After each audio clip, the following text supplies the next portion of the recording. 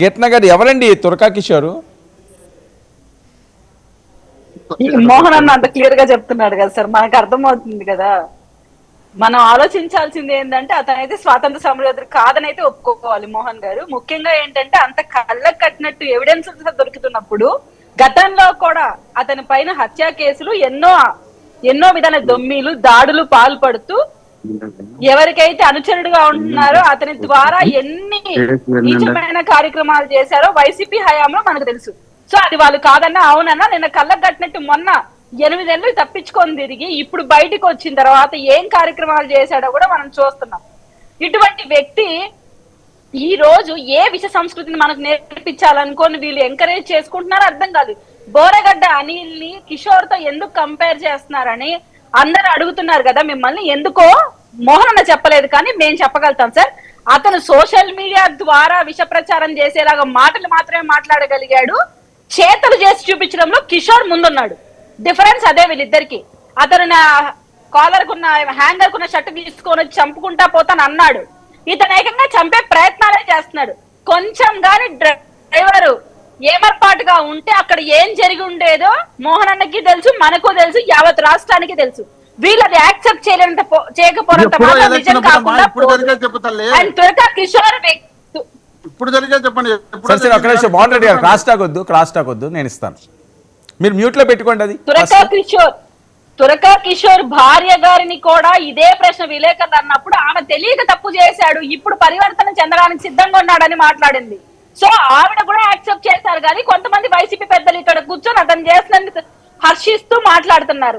And ఒక పని చేయండి sir, we stand with Turaka Kishore అని ఒక హ్యాష్ ట్యాగ్ రిలీజ్ చేయమని చెప్పండి జగన్మోహన్ రెడ్డి గారు. ఎందుకంటే వరారెడ్డి అరెస్ట్ అయినప్పుడు ఇలాగే సపోర్ట్ చేస్తూ జగన్మోహన్ రెడ్డి గారు మాట్లాడారు. సో జగన్మోహన్ రెడ్డి గారు రౌడీజం ఎక్కడ జరుగుతుంటే, అన్యాయంగా ప్రజలు ఎక్కడ ఇబ్బంది పడుతుంటే, ప్రతిపక్ష నేతలపైన ఎక్కడైతే విష ప్రచారం చేస్తూ దుమ్మెత్తి పోస్తూ వాళ్ళపైన దాడులకు పాల్పడతారో అక్కడ మాత్రమే జగన్మోహన్ రెడ్డి గారు ప్రత్యక్షం అవుతున్నారు. సో తురకా కిషోర్ కూడా we stand with Turaka Kishore ఒక హ్యాష్ ట్యాగ్ రిలీజ్ చేసి వదిలిపెట్టేస్తే అందరూ వైసీపీ వాళ్ళందరూ ఒక మద్దతుదారులుగా మారిపోయి వాళ్ళు కూడా ఇందాగా ఇన్స్పైర్ తీసుకునేసి ప్రజల మీద దాడికి పాల్పడతారు. అంతకు మించి ఇంకేమో తురకా కిషోర్ గురించి మాట్లాడికి హీస్ ఈక్వల్స్ టు బోరగడ్డ అని ఆర్ మోర్ దాన్ హిమ్ అంతే. బోరగడ్డ అనిల్ అనే వ్యక్తి మాటలకు పరిమితం అయితే చేతల్లోకి చూపెన్ చేసి ఈ రోజు మారణ హోమానికి పాల్పడుతున్న వ్యక్తి ఎవరంటే తురకా కిషోర్. అండ్ ముఖ్యంగా జగన్మోహన్ రెడ్డి గారి ప్రభుత్వంలో ఎవరికైతే పెద్దపీటలు పెడతారు అంటే మనం గమనిస్తే ఇది నిజం, అందరూ ఒప్పుకుంటారు.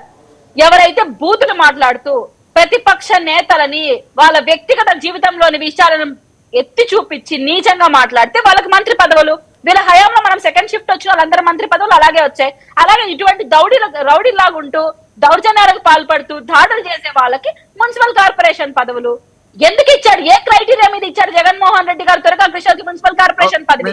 ఇలాంటి దాడులకు పాల్పడుతున్నారు కాబట్టే కదా అన్న. నేను మ్యూట్ లో ఉన్నాను అనుకోని మాట్లాడింది కూడా అదే అన్న. మీరు వచ్చారంటే మేము మాట్లాడడానికి ఇబ్బంది అవుతుంది అన్న. మేము ఒకసారి మాట్లాడిన తర్వాత మీకు ఛాన్సెస్ అని మీరు మాట్లాడని చెప్పి మాకు భగవద్గీత కాదు కదన్న వినపడింది, లేదు ఖురాన్ అలా వినిపించిందా? మాకెందుకు మేము సైలెంట్ గా ఉన్నాం మీకు గౌరవం ఇచ్చి? సో మేము మా వర్షం వినిపించింది బట్టి మీ ఓటు స్వాతంత్ర సమరయోధుడే మేము కాదంటున్నావా? సార్ ఇక్కడ ఒకటి అర్థం చేసుకోవాల్సింది, ఇట్లాంటి విషయ సంస్కృతితో జగన్మోహన్ రెడ్డి గారు ముందుకు పోతే గత ప్రభుత్వంలో 11 సీట్లు వచ్చాయి. ఈసారి 11 కాదు కదా, ఈ రాష్ట్రంలో కూడా ప్రజలు ఉండనిచ్చారు.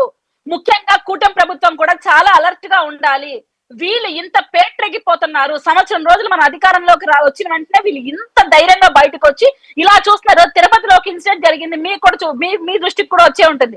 కరుణాకర్ రెడ్డి గారి ముఖ్య అనుచరుడు అభినయ్ రెడ్డి గారితో తిరిగే వ్యక్తి social media activist Anil Reddy ఎంత నీచానికి పాల్పడ్డాడు. ఒక ఎస్సీ అబ్బాయిని రూమ్ లో పెట్టి కిరాతకంగా కొడుతూ 40 రోజులుగా హింసిస్తూ వాళ్ళ తల్లిదండ్రులకు ఆ వీడియో పంపించాడు. సో ఇటువంటి దాష్టికాలు వైసీపీ ప్రభుత్వాన్ని అధికారంలో ఉన్నా లేకున్నా ప్రజల్ని భయపెడుతున్నారు. సో వీళ్ళు ఇదే రౌడీజాన్ని కొనసాగిస్తూ పోతే రాష్ట్రంలో ఎవరికి భద్రత ఉంటుంది? ఎలా బయట తిరగలుగుతారు?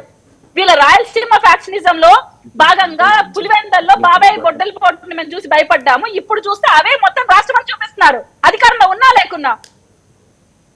ఇది ఎవరైనా యాక్సెప్ట్ చేయాల్సిందే. వైసీపీ ప్రభుత్వం దీని తీరు తరహా మార్చుకోవాలి.